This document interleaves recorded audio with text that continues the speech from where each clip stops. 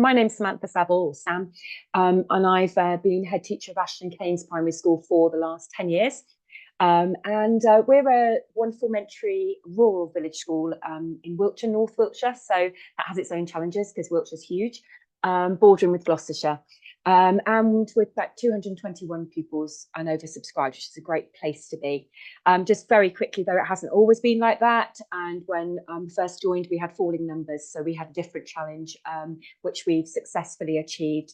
And as I'll talk about in a moment, a lot of that I credit to the work with challenge partners. Amazing. So, just to touch on what you've just mentioned, when did you first hear about Challenge Partners and why did you decide to join? Yeah, so when I first became head here, I was in a very loose kind of learning alliance, if you like, a North Wiltshire Learning Alliance, and at Wootton Bassett. And they had already started to, because George Croxford was one of the first people in with Challenge Partners, so he was the head there at the time. And so they kind of were really, really supportive, even though we weren't in a formalised trust and we were a local authority school.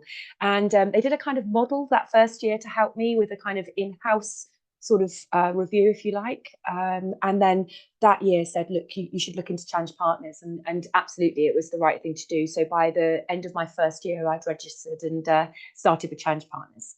So that was 9 years ago. Amazing. So, over the 9 years, I'm aware that you have taken part in our quality assurance review. So, I just wanted to ask you a few questions about your Yeah. school hosting your review. So, can you talk us through your most recent experience hosting a quality assurance review and what worked well for you? Yeah, so it's interesting because my last quality assurance review, because I've done Growing the Top this year, was a week after Ofsted. So obviously that was a quandary in itself because we've done reviews all the way through, even during the pandemic, because my team really enjoy them. And that is true, they really do. They've been so beneficial. But actually, what was brilliant was Challenge Partners were really flexible and allowed me to change it to a consultant review because that was right for my team straight after Ofsted. So we're lucky to have a consultant to come in and actually to go through the area that we had to work on for Ofsted, which that was really healthy. And we still put forward our area of excellence. But before that, the year before, I think the thing that I learned the most that year was it was there's always something to learn from hosting a review, whether it's having people come and just give you a fresh pair of eyes, or different people to work with your team and bring solutions, or just for you to share. It's a very much a partnership. It's not there's no threat there at all. It's a time to be honest, and so there's always so much to learn.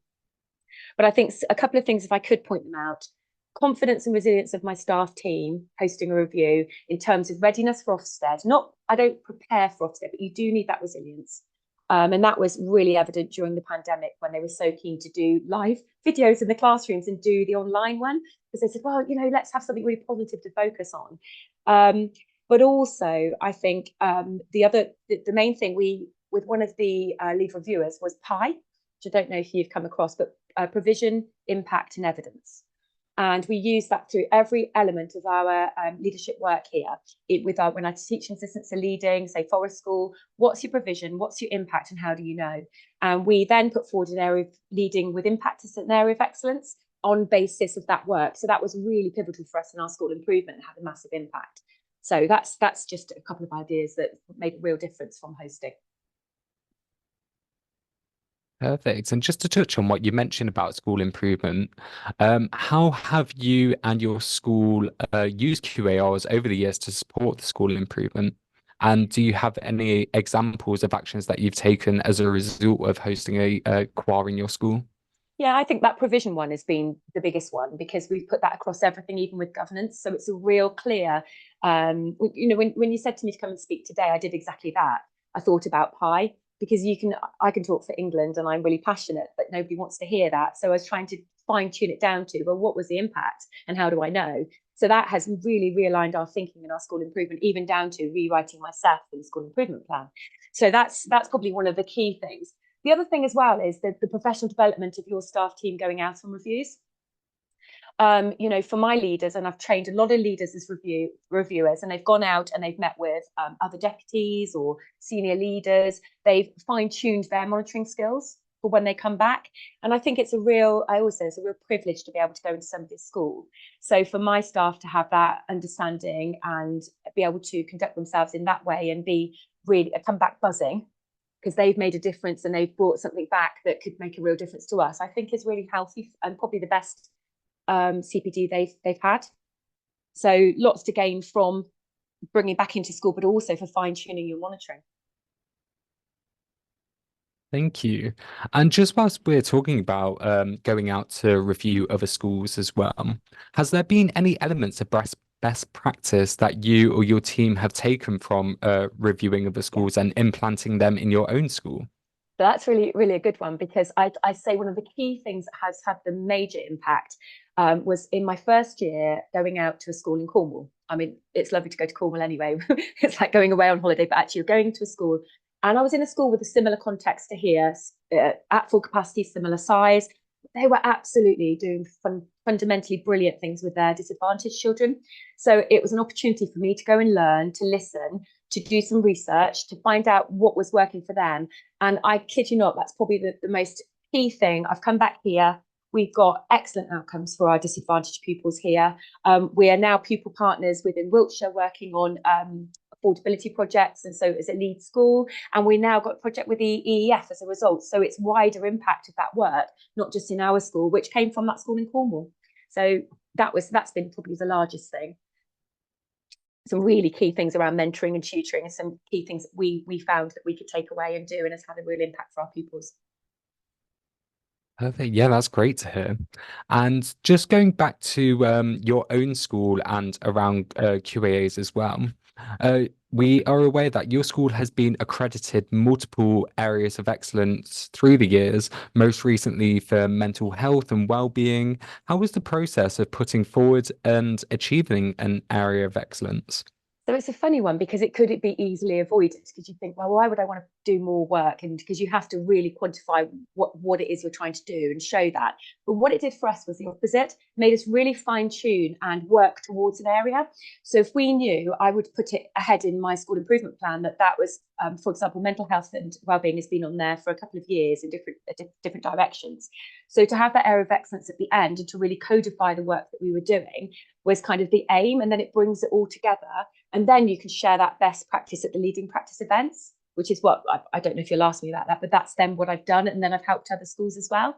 So I think that is being able to actually do the process and not be scared by it. Actually, once you've done it once, you understand how to do it. And it's not easy, because it shouldn't be. It shouldn't just be, well, this is good. It should be actually, process should be ratified and there's a standard to it, because it's got to be practice that people want to travel and see, something that is worth sharing. And but also for in terms of our school, when we've done it with a global curriculum, that's been really useful for my RE and global advocacy lead to develop her skills, and then she's worked with that across the county as well. So it's a really brilliant piece of work, and it is worth investing in, and it's good for you to then share your best practice, and it fine tunes. It's like going for an award in a way.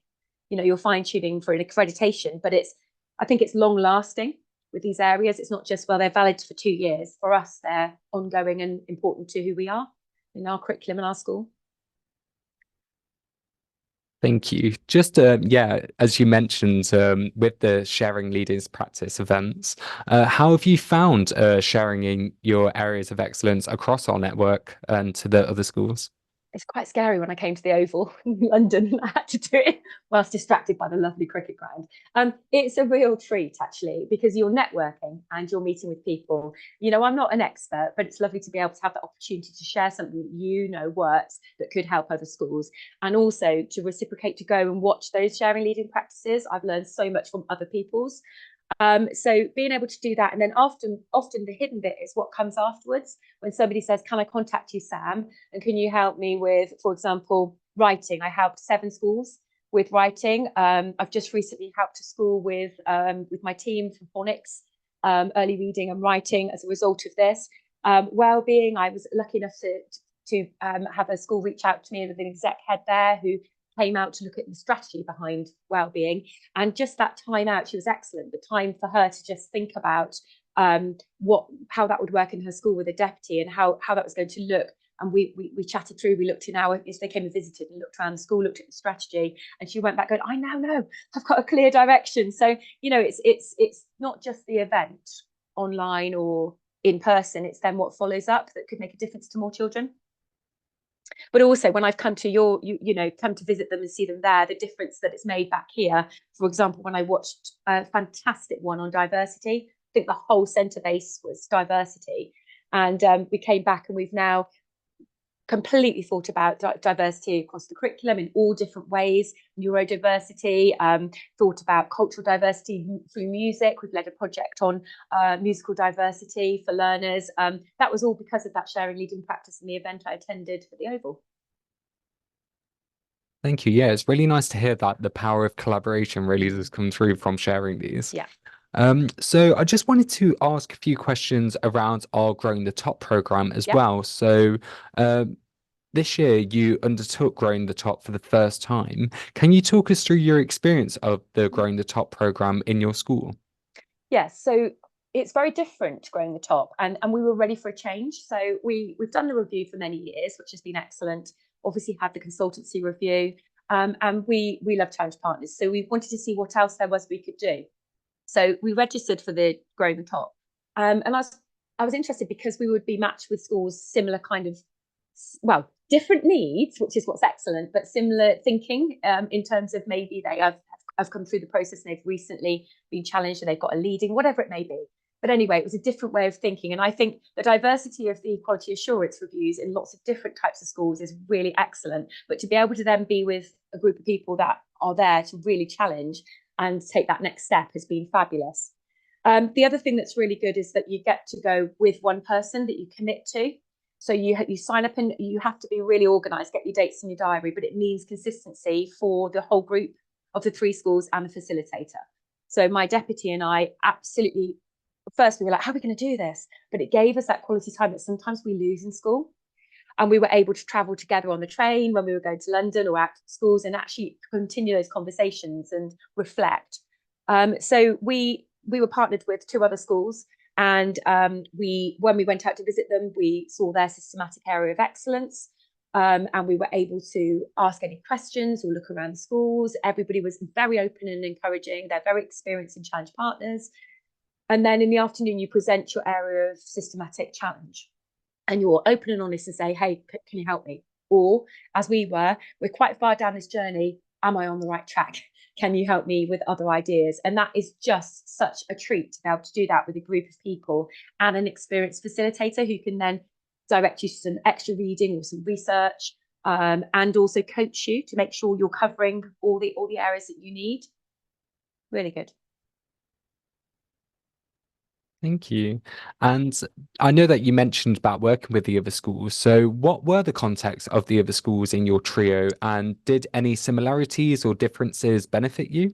So it's really interesting because the way it's mapped is really clever. So one of our key areas that we were really proud of was our teaching of writing. And we were mapped with schools that maybe that was their area for development, or something they were looking into. And we were looking for, as most schools are, how we can help our pupils to know more, remember more in 2 of the core foundation subjects, history and geography. So we're looking at strategies for that and effective assessment. So we were mapped with a school in Cornwall. Yes, again, I got to go to my favourite place.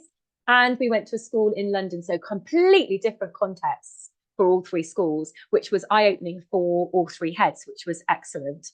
And I always, in all the schools that I've been to, I'm obviously not a London school, I'm a rural school, all have their different challenges, but going into London schools have been really, really eye-opening for me. Fabulous opportunity. So we're mapped up with completely different sized schools. In fact, the one school had just had Ofsted the day before we visited, bless them.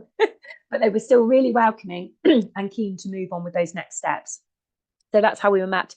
I think if I could just say that, what you're probably going to ask me this next, what was the impact of the work?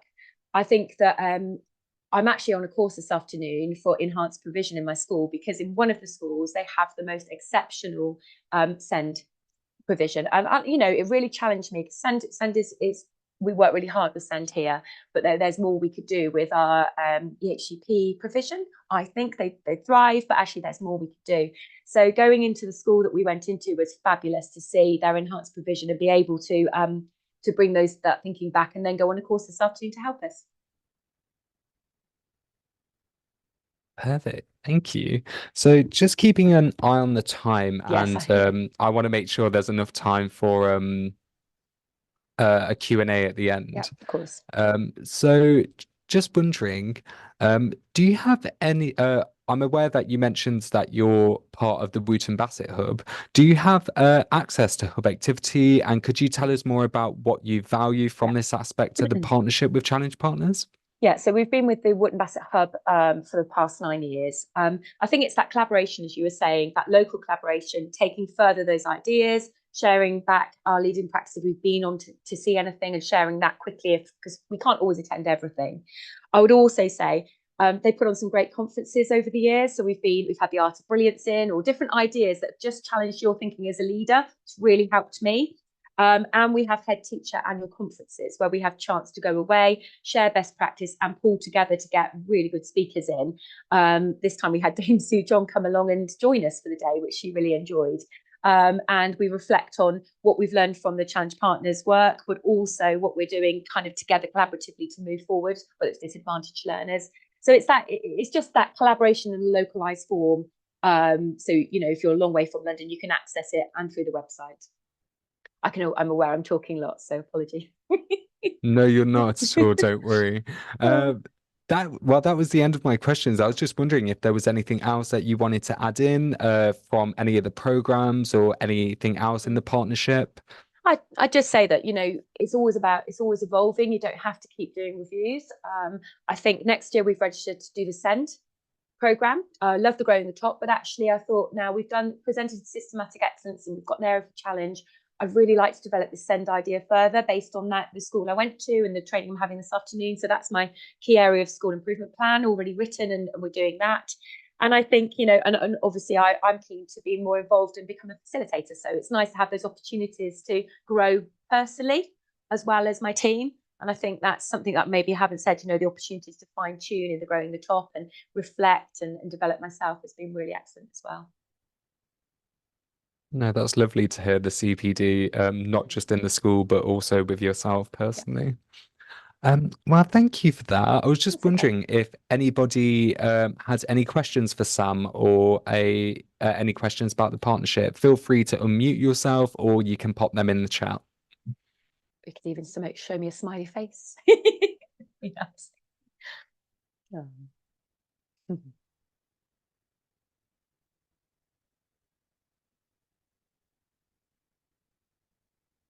Hopefully I've answered them. I don't mind either. They can find my school's email address if they want to email me. I don't mind at all. It's on the website. Thank you very much, Sam. It was very interesting listening to that. And I'm going to have to dash now because I've got to take some children singing. But thank you very much. Oh, hello, Zoe. I recognise your voice now.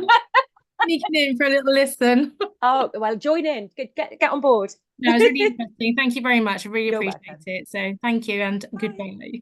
Oh. Thank you. I'll just hand over to my colleague Tim, who will just discuss a little bit more about our pricing and the offer as well, if no one else has any other questions for Sam. I'll just give it a moment before that, though. That was a treat, though. I'm just going to say that was the person I started teaching with many, many years ago who's just become a head. That's really nice. I didn't know she was coming today. She must have found it herself. So that's lovely. That'll be really good for her school. That'll be a good next step. Ooh. Yeah. Is she still local to you? Yeah. Sorry, she's not far. Oh, fantastic. Well, what I'll do, both for Zoe and other colleagues on the call, is we'll follow up with just a follow-up email with sort of next steps to join Challenge Partners. I know it's fairly tight for time, so apologies, but our deadline for full partnership for the 24-25 partnership year is the 14th of June. So we've got a couple of weeks there, but we're really, really happy and keen to help you with subscription as quickly as possible. We do have a full partnership pricing, which includes access to school improvement program, a local hub of collaboration, as well as our national network Network of Excellence, currently at £8.50 per pupil. We have a minimum and maximum fee as well, which I can go through with you in reply, apologies, to the follow-up email which you will receive. So please do get in touch as soon as possible, or just give us a call on the number on our website today, and we can help you with subscription and getting all signed up and accessing all the benefits there, which Sam so kindly told us about today. And can I just add, genuinely from the heart, I'm not paid to do this. I don't work for Challenge Partners, and I genuinely think our school is thriving. It's oversubscribed, it's doing really, really well. And I do credit lots of that to most of it to my team's going out and learning from the experience and from Challenge Partners. So it's a really good investment, really good investment. So